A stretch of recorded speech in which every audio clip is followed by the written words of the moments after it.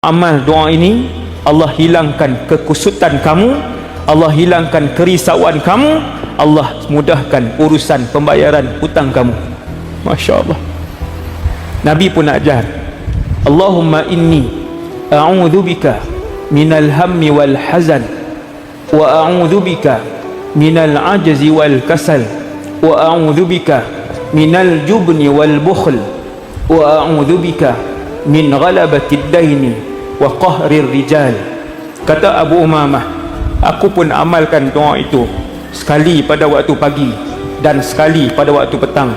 Allah melangsaikan hutang aku dan aku tidak lagi dilanda kesedihan.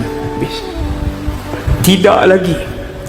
Sehingga akhir hayat Abu Umamah radhiyallahu anhu. Tuan-tuan, satu doa, satu saja, sebab mendapat ubat yang betul.